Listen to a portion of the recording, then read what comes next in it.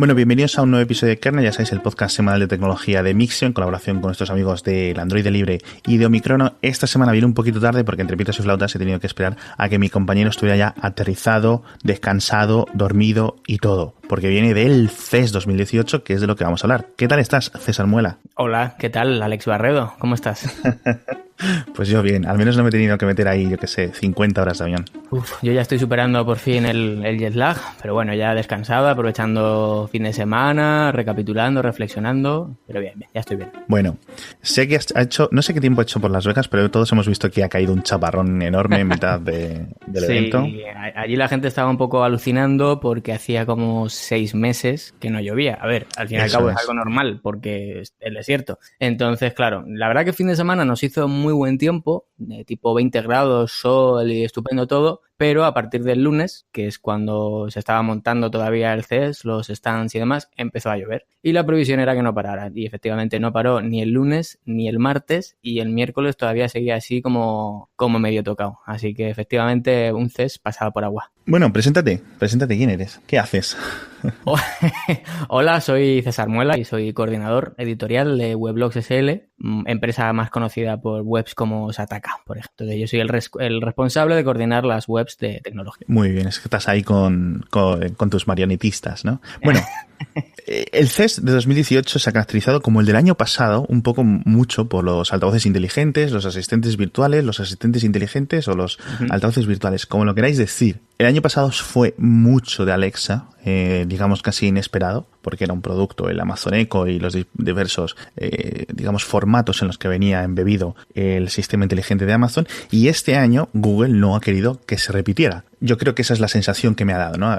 Quiero que me cuentes ahí, porque desde fuera se veía, en plan, han comprado muchísima publicidad, una presencia enorme, es decir... Sí, yo creo que fue un golpetazo encima de la mesa que Google quería dar, y efectivamente lo hizo ya no solo en el centro de convenciones de Las Vegas, que es donde tenía el stand, que luego si te parece comentamos, sino que también por todo el strip, por toda la ciudad de Las Vegas, pues tenía publicidad, y no publicidad pequeñita o que no destacara, sino eran grandes paneles de publicidad. Imagínate ocupando toda la fachada de un hotel, y allí los hoteles casinos son bastante grandes. En el monorail, en el tranvía que hay allí, también tenía publicidad de Google Assistant, o sea que la presencia de Google era como, bueno, es la primera vez que tenemos stand aquí en la feria y queremos que se note, ¿no? Al final era como, no queremos pasar desapercibidos, no queremos que Alexa vuelva a acaparar titulares, y yo creo que lo han conseguido. Exacto, porque ha sido como una batalla, en plan, esto tiene conectado Alexa, esto está conectado con Google. ¿Qué tipos de dispositivos vimos? Porque, o sea, lo típico de la nevera con una pantalla y Alexa es un poco ya viejo, ¿no? Sí,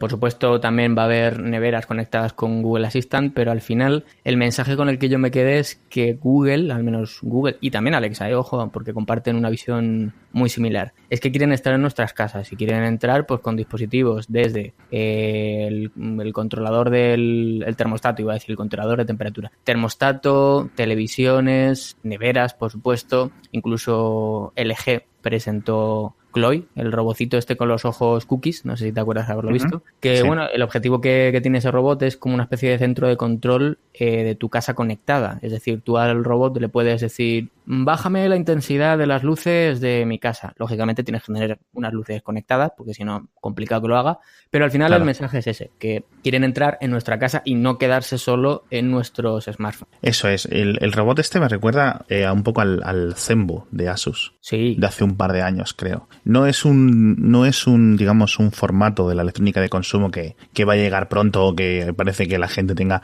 interés casi ninguno en este tipo de robots un poco infantiloides, ¿no? No, y sobre todo porque al final no dejan de ser conceptos, y volviendo a mencionar otra vez a LG, sacaron ahí varios conceptos de robots. Uno de ellos era como una especie de mayordomo para hoteles, que lo que hacían era entregarte el periódico de cada día, te llamaba a la puerta y te sacaba una bandejita el robot y te entregaba el periódico de ese día, ¿no? Entonces, bueno, como ideas pueden ser más o menos ingeniosas, pero yo estoy contigo. O sea, yo creo que la mayor parte de ellos les queda mucho tiempo hasta que lleguen al mercado, y sobre todo ya no solo eso, sino que hasta que la gente se los compre, porque una cosa es que llegue al mercado y otra cosa es que la gente lo compre, claro. Claro, y una de las cosas que más me sorprendió es que, Amazon tenía el Amazon Echo, el Amazon Echo Show, que es este Amazon, que es como un iPad para la cocina, que es así. Sí. Hemos comentado mucho esta guerra, que luego la podemos podemos comentar entre Google y Amazon, pero una de las novedades, al menos a mí de las más interesantes que pude ver desde fuera, es la introducción de soporte para pantallas dentro de Google Assistant. Sí, de hecho yo creo que eso va a ser bastante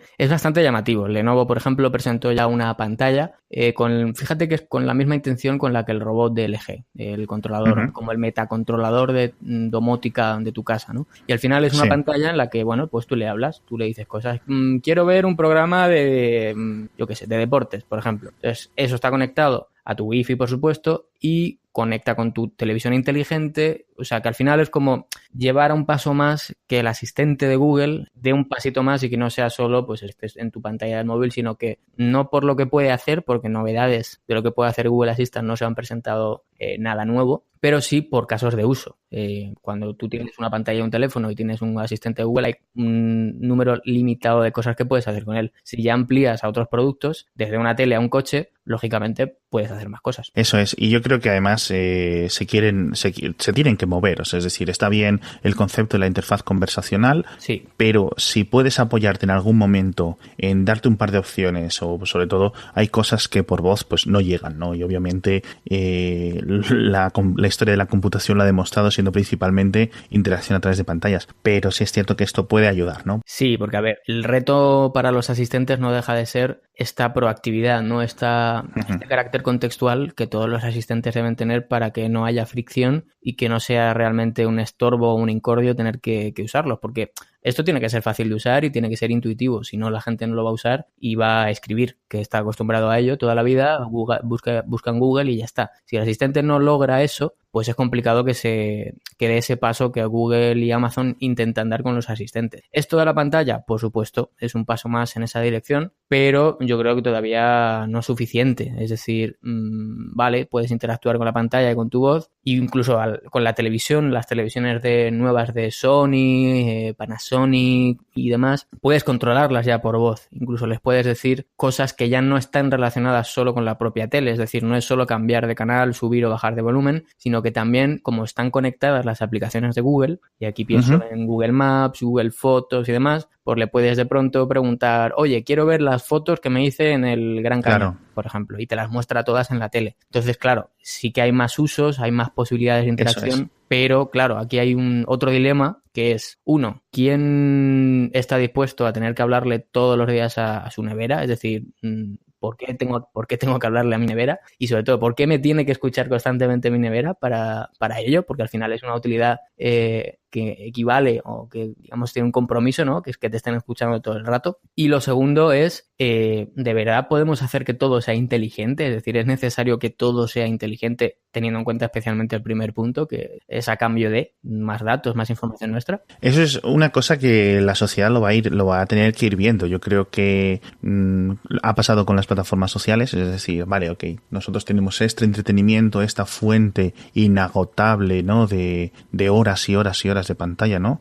A cambio de nuestros datos, ¿no? O los juegos gratuitos, ¿no? El cambio de pagar X euros por un juego a que ahora sea gratuito, la sociedad se tiene que acostumbrar. ¿Es mejor? ¿Es peor? Bueno, lo hemos comentado en otras ocasiones. Lo que sí creo que sigue siendo el principal reto para estas interfaces de conversación al final es lo que nos comentaba Almo, el director de relaciones con los desarrolladores, hace un par de episodios de Kernel, que decía, bueno, es que es muy difícil con aprendizaje automático conseguir, digamos, hilar las conversaciones. Es como la gran asignatura pendiente, ¿no? Y no lo ha conseguido Baidu, no lo ha conseguido Amazon, no lo ha conseguido, por supuesto, Apple, y no lo ha conseguido aún Google, que digamos que puede ser es la que mejor, o la que yo esperaría que rompiera la patata en esto, porque si no, esto lleva un par de años, a nivel de Google Assistant lleva con nosotros mucho tiempo, pero en Estados Unidos, en los Google Home, los Amazon Echo, en Reino Unido, en Canadá, en Alemania, etcétera, siguen sirviendo y siguen siendo útiles, pero para como un subsegmento de todas las cosas que podemos hacer. Y si llegan pronto, si se intentan expandir muy pronto, si la gente lo va a desestimar o lo va a dejar detrás como en plan, vale, es muy inútil y no le va a dar una segunda oportunidad. Claro, yo fíjate, no creo que el problema vaya a ser tanto con que sean inútiles o puedan tener más utilidades, sino por la manera en la que se están comunicando. Porque fíjate que otro de los mensajes que ha calado después de este CES 2018 es como que la inteligencia artificial llega ya a nuestras casas, ¿no? Claro, entonces a la gente cuando le dices inteligencia artificial, se piensan ya que va a ser la revolución de las máquinas. Esto y que vamos a tener un robot mayordomo pasado mañana, cuando no va a ser así. Es decir, estamos muy lejos de explotar todas las capacidades que tenía la inteligencia artificial. Ahora mismo es inteligencia artificial, a mí a veces incluso me da vergüenza llamarla inteligencia artificial porque no deja de ser un asistente que a lo mejor analiza bases de datos y te ofrece diferentes resultados, pero inteligencia artificial tiene que ser inteligente. Eso todavía no es. No, yo creo que digamos la gran parte del juguete que nos han dado de momento es que nos entienda, que entienda nuestra voz perfectamente, que sepa, digamos, la lista de palabras que componen la frase que hemos dicho, ¿vale? Que es un gran paso, es un gran salto, efectivamente, pero pues eso, hasta que comprendan los sentidos, los tonos, un montón de cosas, un montón de acentos, que por cierto esto es una cosa a comentar. Los acentos siguen siendo un gran reto, ¿no? Acentos, por ejemplo, en inglés, como el acento muy fuerte escocés o acentos australianos raros, irlandés, etcétera. Al final se trata de que tenga, o sea, para que estos asistentes aprendan y tengan cada vez más, digamos, input, es que tienen que usarse masivamente, es decir, necesitan una cantidad de gente usándolo extraordinaria. Entonces, claro, ahora mismo yo entiendo el dilema que tienen Google, Amazon y demás, porque necesitan una base muy grande de usuarios para que el asistente siga aprendiendo y por lo tanto siga mejorando, pero claro, tienen que convencer a los usuarios para que lo usen. Entonces, es esa la rueda, ¿no? La pescadilla que se mueve la cola. Y yo creo que de momento su mayor o su mejor intento es casi regalar estos productos, porque un dispositivo inteligente a $50 o a no sé cuántos euros, o embebido en tu móvil regalado, ¿sabes? Porque puedes tener un móvil de Android de 100 euros con un super asistente de la leche que antes era inimaginable, ¿no? Hace 4 años. Pues yo creo que eso es bastante interesante. Sí, y de hecho ya no es solo gratis para los usuarios, sino gratis también para los fabricantes que lo integran en los teléfonos o en los dispositivos. No recuerdo qué fabricante fue o si fue la propia Google que dijo, no, es que todo esto lo estamos dando gratis para que todos los desarrolladores puedan utilizarlo y puedan implementarlo en sus sistemas. Como diciendo, claro, si es que nos interesa que esto se adopte masivamente y si encima ya le cobráramos a los desarrolladores, a quien sea por ello, pues cerraría bastantes puertas, claro. No, hombre, es imposible. Yo creo que la época de cobrar por plataformas se ha quedado atrás, al menos para estas grandes empresas que viven de los datos que absorben, ¿no? No como, por ejemplo, para Adobe. Es decir, Adobe tiene que seguir ofreciendo sus herramientas de pago, pero bueno. En Google Assistant en español es una cosa que lo pregunto y lo dudo y no sé qué, porque en los teléfonos nuestros está en español. Sí. La gente que tenga el móvil en español, tú puedes hablar con él en español desde hace un par de meses o algo así. Creo que llega más o menos parejo. Octubre, con el Google Pixel 2. Noviembre, algo así. Y vale bien, funciona muy bien, pero el caso es que siguen sin vender estos productos en España. De hecho, el rumor que nosotros teníamos, o digamos que la intención de Google teóricamente era lanzarlo junto con el asistente que llegaba en español, es decir, lo esperábamos para finales de año, del 2017, pero no llegó. Entonces, claro, teniendo en cuenta que la gran presencia que ha tenido ahora en el CES, Google Assistant, pues yo me da la sensación de que está al caer. Incluso puede ser en el Mobile World Congress, como para darle continuidad a esta presencia que quiere tener Google. O sea, si Google quiere tener garantizada la presencia tanto en medios como en la mente de la gente, que al final es también algo importante, querrá seguir estando en grandes citas como el CES, luego el Mobile World Congress, en fin, yo me imagino que puede ser mobile un buen momento como para decir, estamos en España además y que sepáis que van a llegar a España, yo qué sé, a partir de marzo, ponte tú, ¿no? Como anunciar una fecha de puesta a la venta de estos productos. Entonces, no sé, yo la sensación que tengo es que debe estar al caer porque si no tiene, o no creo que no vayan a venderse en español porque Google nunca ha dicho lo contrario y no tiene sentido que lo retrasen más porque el hardware está ahí y el software está ahí, o sea que... Exacto, lo que se supone es que va a salir en castellano de España, español de México y en español de Estados Unidos. No sé, o sea, obviamente hay español de España es un ente, digamos, muy difuso, pero el español de México eso ya es súper muy difuso, ¿no? Y el español de Estados Unidos, pues con todas las diferentes, digamos, trasfondos culturales de toda la gente que habla español en Estados Unidos, pues tiene que ser bastante difícil de hacer, pero bueno. Se supone que también llega en italiano, ¿no? Ahora, o bueno, en principio. Sí, en principio, sí, lenguas latinas, ya sabes lo que tiene, ¿no? Te iba a decir antes que en los de Estados Unidos, claro, que se tienen que enfrentar a situaciones típico... Claro. Google, quiero vacunar la carpeta, es como, ¿cómo? Claro, pasarle la aspiradora. Es que no es lo mismo, ¿sabes? El acento de los boricuas en Nueva York, el no sé qué, los dominicanos, los que sean, digamos, procedentes del norte de México, etcétera, todos los cubanos en Florida, un montón, ¿no? de diferentes trasfondos y diferentes acentos, que es que se te hace hasta para un nativo de español de cualquier otro país de América o de Europa, es complicado escucharlo, con lo cual para estas máquinas más. Entonces, al menos este año ha estado equilibrado Google Home versus Amazon Echo, ¿no? En el CES, cosa que el año pasado no está. Sí, porque al final, claro, Google ha dicho que va a llegar a unos dispositivos, Amazon ha dicho que va a llegar a los PCs, porque va a llegar a PCs con Windows. Ah, cierto. Entonces, claro, unos llegan a un sitio, otros llegan a otro, pero al final el objetivo, como decíamos hace unos minutillos, es queremos llegar a todos sitios. Entonces, estar en todas partes. Claro. Me hace mucha gracia, más que gracia, me resulta muy curioso el ímpetu de Amazon por ponerlo en dispositivos con Windows 10. Al final los fabricantes están tan necesitados de, en plan, el pequeño dólar o $2 que puedan rascar por cada ordenador vendido, porque Amazon no les venga preinstalado, etcétera. Uh-huh. Es interesante para ellos, pero sobre todo porque Windows 10 tiene Cortana preactivado, ¿no? Sí. Y se supone que Amazon y Microsoft anunciaron que Cortana iba a poder comunicarse con Alexa y viceversa. Eso es. No sé al final esto en qué ha quedado, pero bueno, también es cierto que vamos a tener que aprender a vivir, yo creo que con múltiples asistentes, pero sobre todo, por favor, yo creo que este es mi mensaje de que lo estoy viendo y lo estamos viendo. Como estos asistentes no se entiendan entre ellos, sí. Va a ser... O sea, yo creo que a lo mejor en Estados Unidos no, pero aquí hay que empezar a presionar a los burócratas de Bruselas para que empiecen a cortar bacalao y decir, mira, aquí os empezáis a interconectar o esto va a ser un cacao. No, y sobre todo porque va a ser peor para ellos, porque como en todos los mercados, la tendencia normalmente es a la consolidación. Es decir, no puedes tener 5 asistentes de voz funcionando y encima que no se entiendan entre ellos. Eso sería de loco. Y aquí en este caso... Sí, dime. No, y cada asistente hará mejor unas cosas y otros otras. Claro, eso es. Entonces, porque uno puede hacer unas cosas mejor que otras, lo bueno para todos los usuarios es que, uno, se entiendan y dos, que trabajen juntos, porque al final habrá un único asistente a lo mejor que adquiera patentes de uno y patentes de otro y que se convierta como en el mega asistente, ¿no? Pero bueno, en cualquier caso, como tú decías, nos tocará una etapa de convivencia. Sí, yo lo que veo aquí, ¿sabes qué veo? Como cuando llegó el iPhone, por ejemplo, iOS era bueno, ¿no? Era bueno de por sí.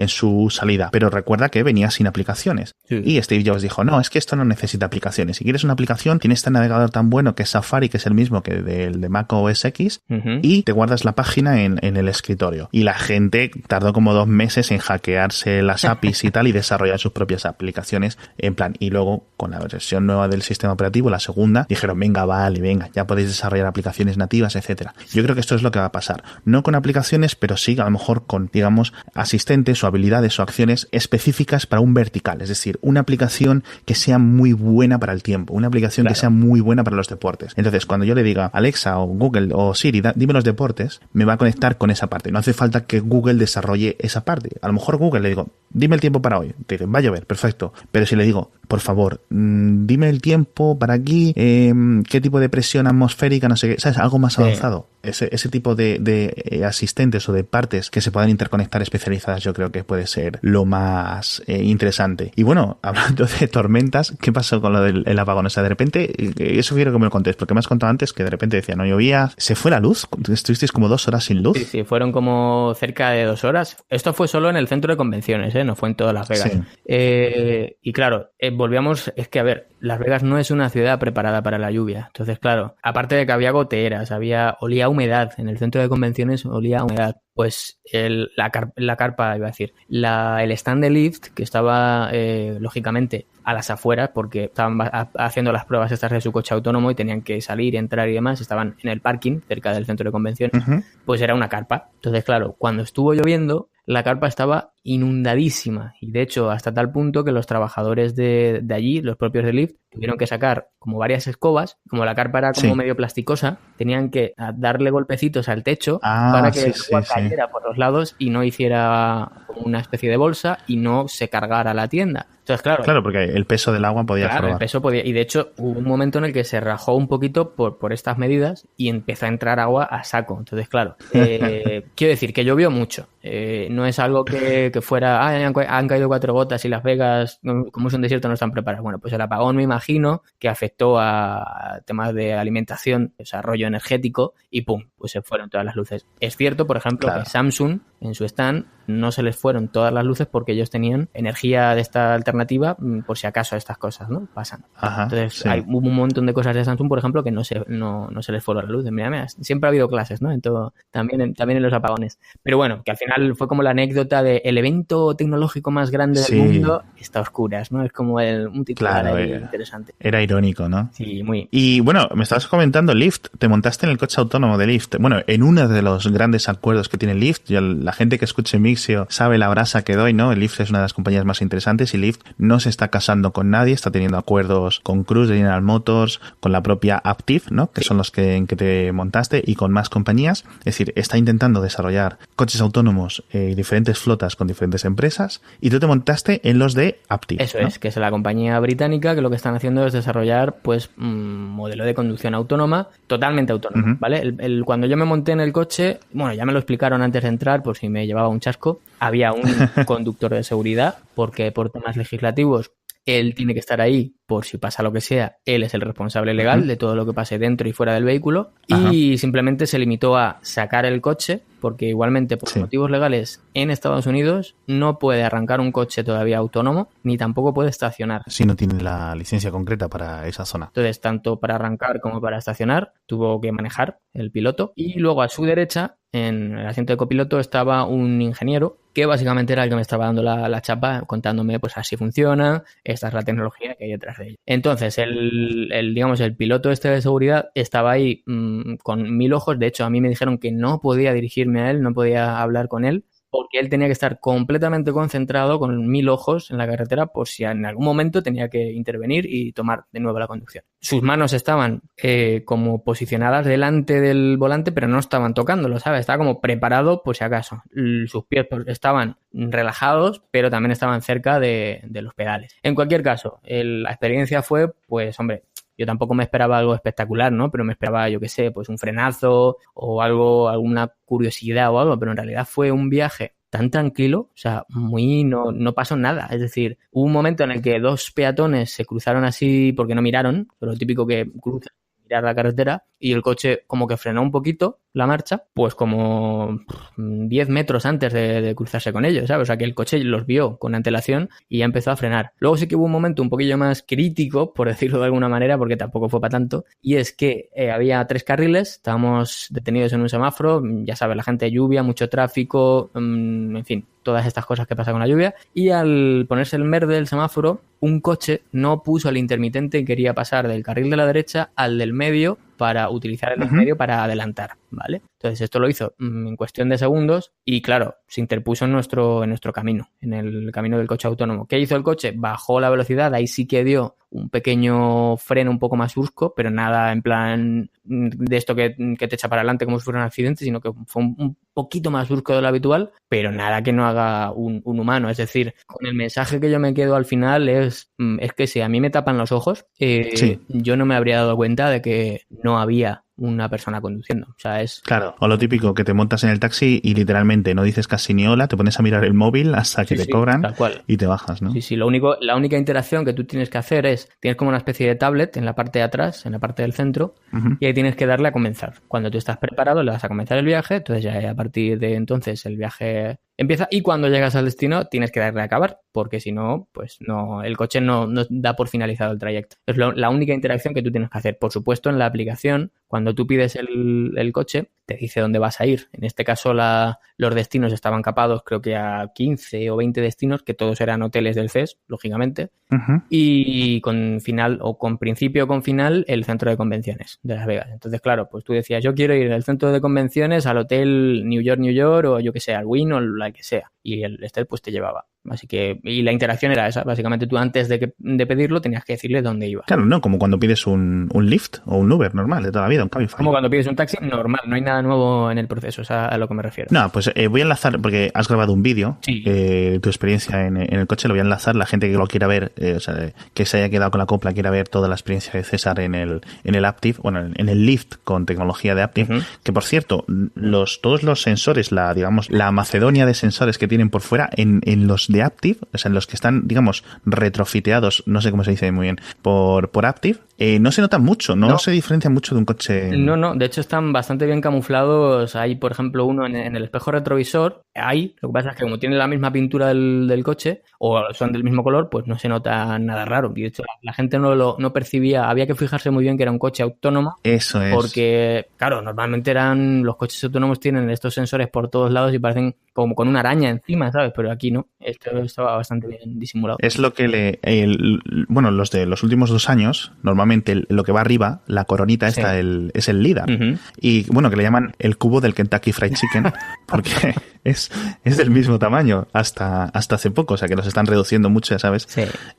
Casi cada trimestre hay como un avance súper grande en este tipo de tecnología, algunos de los proveedores de LiDARs. Y claro, si tú estás en San Francisco, por ejemplo, que es relativamente común ir viendo ya coches autónomos de diferentes empresas que están probándolos, dices, vale, y tú vas en tu coche o en tu bici o andando, etcétera, ves un coche con el cubo del Kentucky Fried Chicken arriba y sabes que es un coche autónomo y adaptas tu conducción a él, ¿no? Aunque sea como mera curiosidad. Pero cuando se reduce, cuando pasa desapercibido, le va a pasar como el señor este que ha salido en el semáforo un poco pitado. Te esperas que sea un humano, no sé qué. Y que tenga una reacción como humano, claro, efectivamente. Ese es el gran... Claro, hecho, que te pite y que no sé qué. Lo que nos comentaron que solo hubo un accidente con él en las fases de prueba y era no por el problema o un fallo del propio coche, sino que que se chocó alguien contra el coche autónomo, no fue al revés. O sea, no fue error del coche autónomo, fue error de la persona que se chocó contra el coche autónomo. Eso es. Sí, también le ha pasado lo mismo a Waymo. Dice, cuando vez que Waymo hacía no sé cuantísimos cientos de millas o cientos de miles de millas, ¿no? O actualizaban, decían, bueno, 3 millones de millas, 4 millones de millas recorridas en modo autónomo. Y salía en la prensa, no, ha tenido un accidente porque lo tienen que decir las autoridades y los registros quedan públicos. Y siempre era en plan, un señor que se ha empotrado, ¿no? O algo así. Bueno, leves golpes, ¿no? Contra el coche de huevito de Waymo, pero que queda claro un poco, ¿no? Y se están proponiendo en diferentes legislaturas, en diferentes legislaciones, incorporar algún tipo de distintivo a los coches autónomos, a nivel de matrículas, a nivel de, como por ejemplo los coches, los taxis, etcétera, que indique en plan, esto es un coche autónomo, no te esperes que esto es una persona, ¿no? A lo mejor durante estos... Debería llevarlo, claro, lógicamente, porque tu actitud contra ese vehículo tiene que ser diferente. O sea, tú con un humano puedes esperar, que está mal, porque no puedes prever el comportamiento de una persona, sino tú tener en todo momento el control del coche. Vale, estupendo. Pero si es un coche autónomo y sobre todo en un mundo en el que todavía los coches no son autónomos, pues hay que, digamos, identificarlos claramente por lo que pueda pasar, al menos al principio. Y otra gente, dentro del campo del desarrollo de los coches autónomos, decían o explicaban, no, lo mejor es que no tengan ningún distintivo, ¿no? A no ser que lo notes tú por fuera, pues porque tiene forma de patata y no hay nadie a bordo, ¿no? Que lo veas tú cuando estás en el semáforo al lado. Pero decían que es mejor que la gente condujese de forma normal, porque si no, digamos, el aprendizaje de las flotas iba a estar un poco torcido. Si la gente reaccionaba como de forma distinta a que se esperaran que fuera una persona. Por eso, no sé si acuerdas que al menos salió un mixio de una universidad que estuvo probando un supuesto coche autónomo en una furgoneta, pero realmente había uno de los estudiantes, uno de los undergrad, disfrazado dentro o haciéndose pasar por el asiento de conductor, ¿no? Entonces él iba manejando el volante desde abajo un poquito, pero claro, cuando paraba el semáforo, tú mirabas y no veías a nadie. Y era para ir grabando con cámaras cómo reaccionaba la gente. Y esto es un subcampo, ¿no? del aprendizaje automático para la conducción autónoma bastante interesante. Sí, imagínate que eres un guardia, un policía o un control de tráfico y ves un coche de repente que va vacío. Vamos, yo cogería mi coche y iría detrás de él. Vamos, que aquí hay algo raro. Entonces, eso yo creo que, mi posición es que hay que identificarlos, al menos por ahora. Yo creo que sería lo bueno, o sea, porque sabemos que de 2019 al 2021 va a haber una implantación o una rampa de lanzamiento, ¿no? De los coches autónomos en diferentes grandes ciudades, a nivel sobre todo de flotas, al principio, de flotas de taxis, coches de coche compartido, etcétera, y va a haber que identificarlos.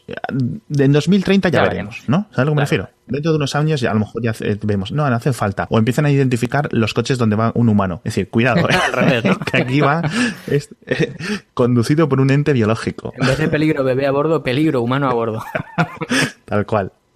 Y bueno, no tenemos mucho tiempo ya, pero me gustaría comentar porque se ha confirmado que el Galaxy S9 se retrasa para el Mobile World Congress. Hubo estos rumores de que a lo mejor enseñaban un poquito la patita en el CES. Al final no ha sido así. LG sí fue al CES, fue uno de sus CEOs o uno de sus grandes directivos, no recuerdo muy bien quién, y dijo que esto de los teléfonos, la renovación anual de teléfonos forzosamente cada 12 meses como un reloj, que se había acabado, lo cual me parece bastante interesante. Sí, es lógico. En algún punto se tiene que acabar. Claro, no necesariamente significa que LG vaya, digamos, a despriorizar o a cada vez en plan, bueno, pues sacamos este teléfono cada 15 meses, luego cada 18, luego a lo mejor lo renovamos un poco así, pero claro, cada 12 meses como un reloj, pues no todas las empresas se lo pueden permitir, sobre todo si no están teniendo un súper gran éxito a nivel financiero. Y sobre todo como LG, que ya tuvo el chasco del tema este modular, entonces claro, pecaron, bueno, fueron bien porque experimentaron, lo hicieron bien, pero claro, se pegaron un chasco ahí enorme. Entonces dijeron, pues ¿para qué nos vamos a meter prisa en cada 12 meses sacar un teléfono si a lo mejor en el 13 mes, en el mes número 13, podemos tener un teléfono mejor acabado y con mejores prestaciones? Yo creo que ahora mismo LG está en un punto más de mirar posicionamiento de calidad antes que ser primeros o llegar antes que nadie, creo yo. Hacen bien, porque a mí el G6 me gustó mucho. Sí, el V30 es una máquina también, o sea... Y el V30 también está muy bien. Sí. Entonces, este año yo creo que el S8 estuvo tan a punto de rozar, y el Note 8 sobre todo, ¿no?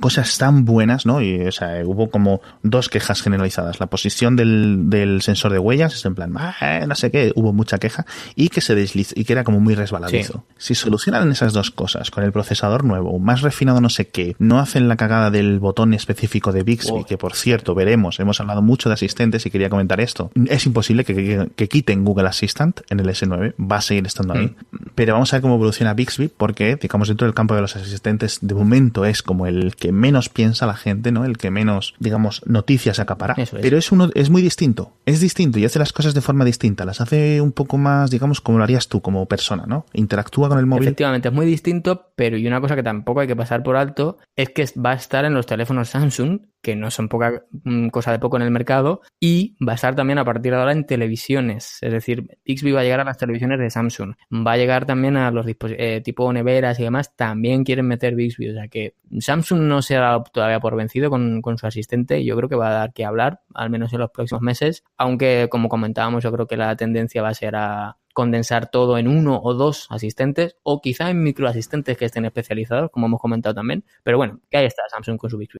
Eso es, no se pueden permitir, de la misma forma que hubo esos tiranteces con Google y vamos a hacer nuestra propia versión de Android, ¿no? Que se supone o se sabe que Samsung tenía los planes preparados en caso de que, ¿no? De que algo malo ocurriese en la relación esta de amor-odio, de necesidad rara que tienen de simbiosis rara con Google, pero no están preparados para, digamos, quitar Google Assistant, con lo cual esperemos que al menos sean interoperables ambos asistentes. Bueno, César, pues ya yo creo que la próxima gran cita es el Mobile World Congress dentro de mes y medio. Sin duda. Así que a ver qué nos presentan ahí. Obviamente el S9 y el S9 Plus de Samsung. Un montón de más de novedades, de presentaciones. Muchas gracias por estar en Kernel. A ti por invitarme. Y a vosotros, hasta la semana que viene.